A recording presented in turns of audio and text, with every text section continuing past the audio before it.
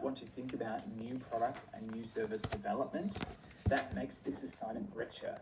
Your job is to stand out and to be original. It almost would be a failure if you just said, Gravity, this is what you do now. Here's how you enter the Australian market with what you have. I would expect some augmentation or some novelty in the product or service offering. And that could even be a simplification. That could be an augmentation, like I said, or a new development of products and services, but it's totally up to you.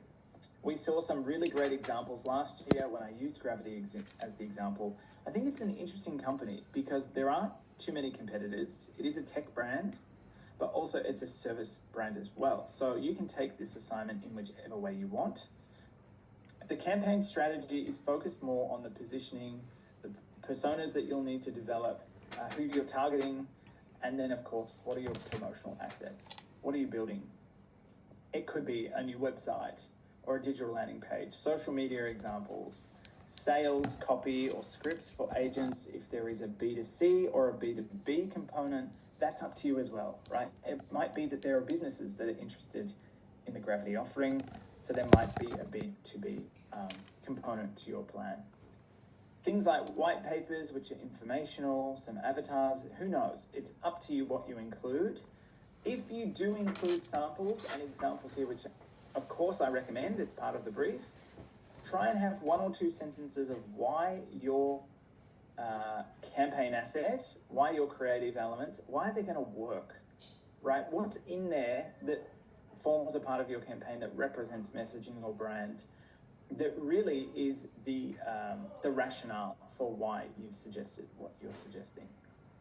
Your execution plan, really thinking about what media channels you might distribute some of these campaign elements on, pricing, distribution, think about networks that you might have to, or retailing strategies if you're thinking about that. Customer journey mapping, if you are proposing a service, you might want to think about how the customer moves through that service. And then a sales strategy as well. What will sales staff and frontline staff have to do? How are they going to contribute to value creation? Then, of course, we pivot to the AI investor bot feedback. The questions that you were asked and how you answered them, you might return to those questions and explain how did you change or modify your report, if at all. You might have agreed with some of those questions, you might have disagreed, but really, you might just have to say, this is what we learned from the presentations. The AI investor bot gave us this feedback, and this is how we responded to it. Look, 750 words is pretty generous. It might be 500 words, to be honest, depending on where you spend your words elsewhere. Conclusion and future-proofing. You need to think about return on investment. If I'm a founder, I really want to know whether or not this campaign is going to work. Am I going to get my money back? Is it going to be future-proof? What's happening when the consultants walk away?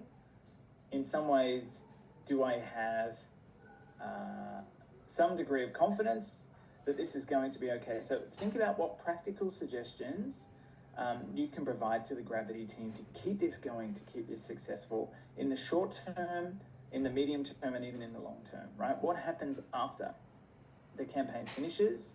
Now, for the ROI and viability, I'm not expecting a whole budget. I'm not expecting a full budget, but at least I am expecting things like maybe a sense of viability. Have you thought about what the cost of your campaign could be, even just as an estimate? And then with that cost, is this something that Gravity might be able to afford now? Is this something that they might have to go and get financing for? When are they likely to see a payoff for this? With the pricing strategy that you've proposed, is there going to be a break-even point at some point now or in the future? So it really has to look like a real-world argument for where is the return on investment, when's it coming? Those figures can all be estimates. I haven't given you a budget, deliberately so. There's no numbers that I've given you. I want you to think realistically about what a company like Gravity could afford. It needs to be viable. There will be questions in the presentation if there are elements of your campaign that just appear far too expensive. So if you're proposing to go out and get Hugh Jackman as your brand ambassador or sponsor at the cost of $4 million to get Hugh Jackman, that might just be something that we go, look, I'm acting as the founder of Gravity. I don't see how we're going to be able to afford that, for example. So things like this I want you to think really closely about. And lastly, timeframes and a sense of projection as to what's coming up. You're referencing, it says here, at least 10. They don't necessarily need to be academic journals. They could be database sources, industry reports, anything that you might find through our marketing library database that help you with market analysis. And then, of course, other sources are encouraged, media reports, etc. The one thing I haven't mentioned is AI. Now, AI can be used all throughout this assignment.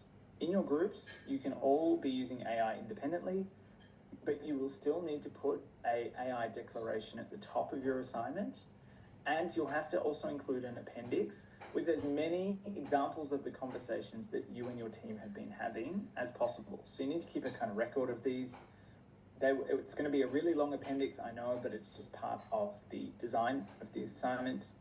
How would you use AI in this assignment? Well, everything from coming up with new content examples, so things like Instagram posts or LinkedIn copy or scripts, new websites. You can use AI to help you build an example website, small videos even.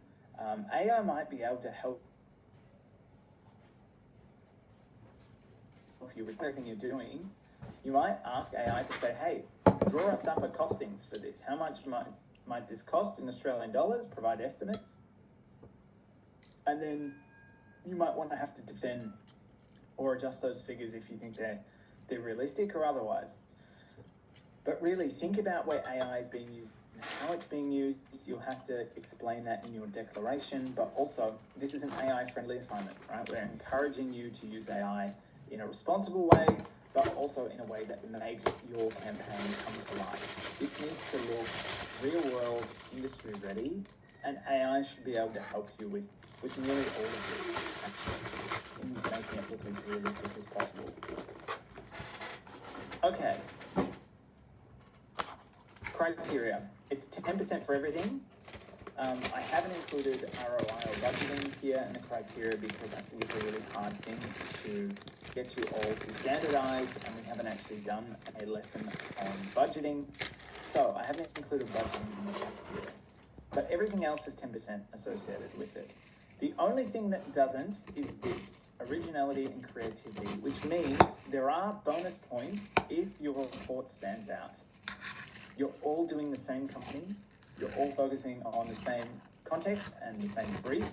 So how you get this to be original with your concept proposals and then your campaign elements is the thing that matters, right? Remember, this is a startup that's trying to do some market development.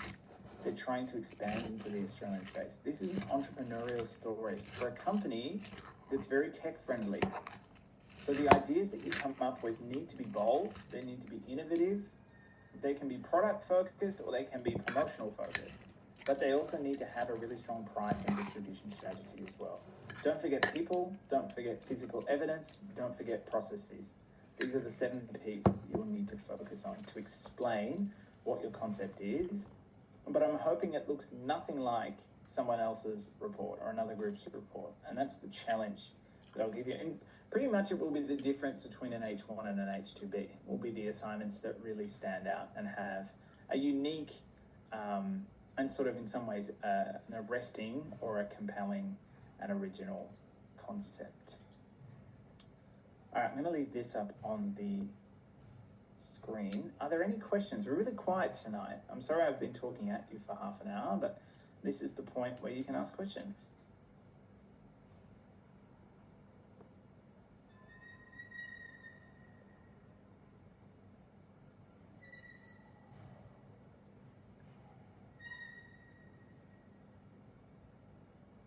You can use the chat or you can use your microphones.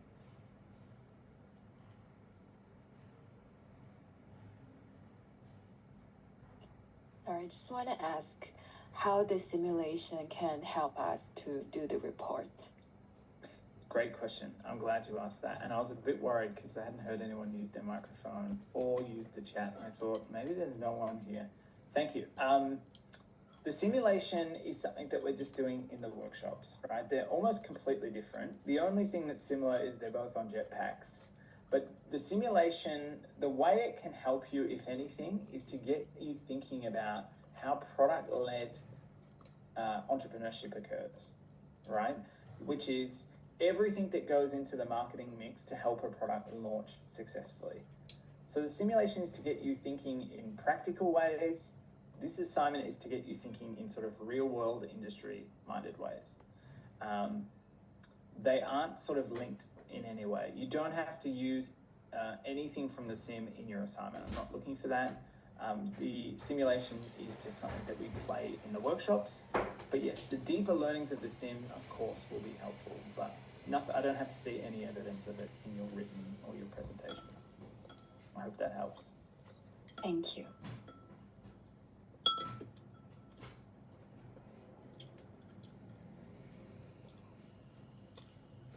Question on the chat: does the campaign have a time frame, and must it be online, offline, or both?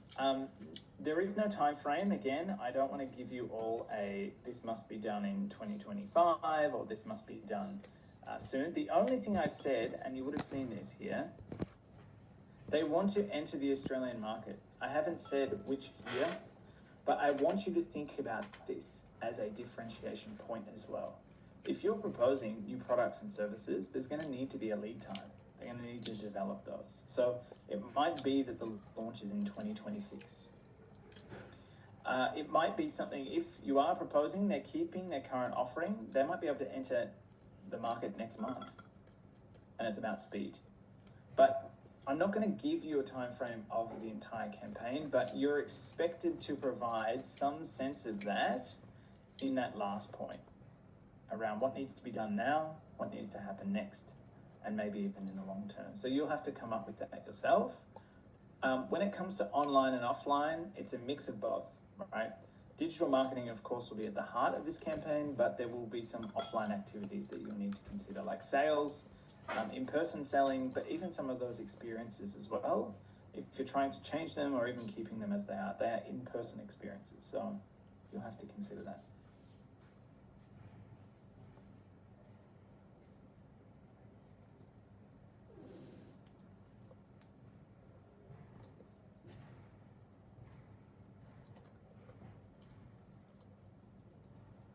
Yes, setting the timeline is also one of the goals. Yeah, it's also what probably makes your campaign look different to someone else's, right? Is the time frame will be reflective of what you're proposing Gravity do to launch.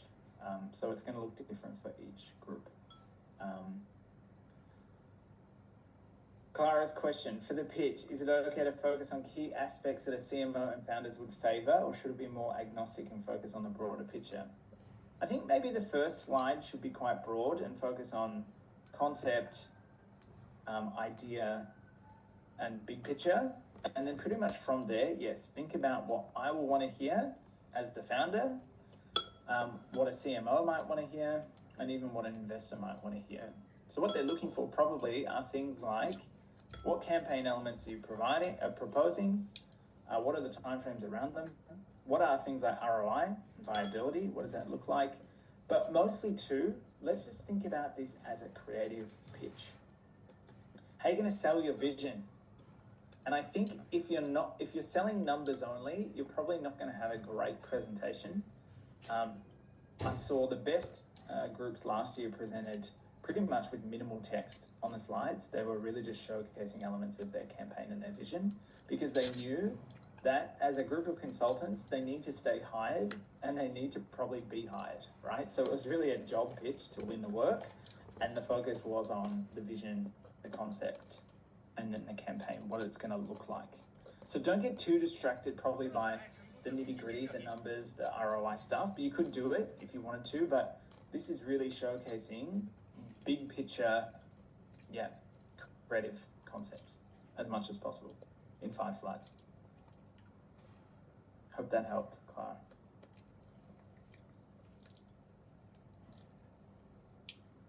Good question. Sorry, got another question. How the AI bots ask the question? Yes, so we're going to talk about the bots in a moment, but how I see this working is you're all going to be developing, actually maybe we just go there now. You're all going to be building a bot right now. You can use any Gen AI platform of your choice, as long as you can send me the URL to that conversation.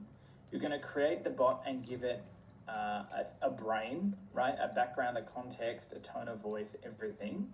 I'm going to give you some tips as to how to do that. That bot will be used to evaluate the slides, the presentation slides of another group. So you're building a bot for someone else's group, effectively, to review. So that's why you can use it to test your own materials. Of course, in 2 weeks' time, just before you present, you might want to use your bot and do a bit of a test. But I will sort of, in some way, feed the bot your another group's slides, and then I will have those responses that I can ask on behalf of the bot. I was hoping to do it with a voice and have it as a voice clone, so it sort of comes to life a little bit. The only problem with that is not all of you have probably advanced voice mode on some of these GPT systems and Gen AI systems. So we might just stick to uploading slides and then using the text as a way of asking questions. So we're going to talk about that. We're going to do this right now, but I just want to hold the space for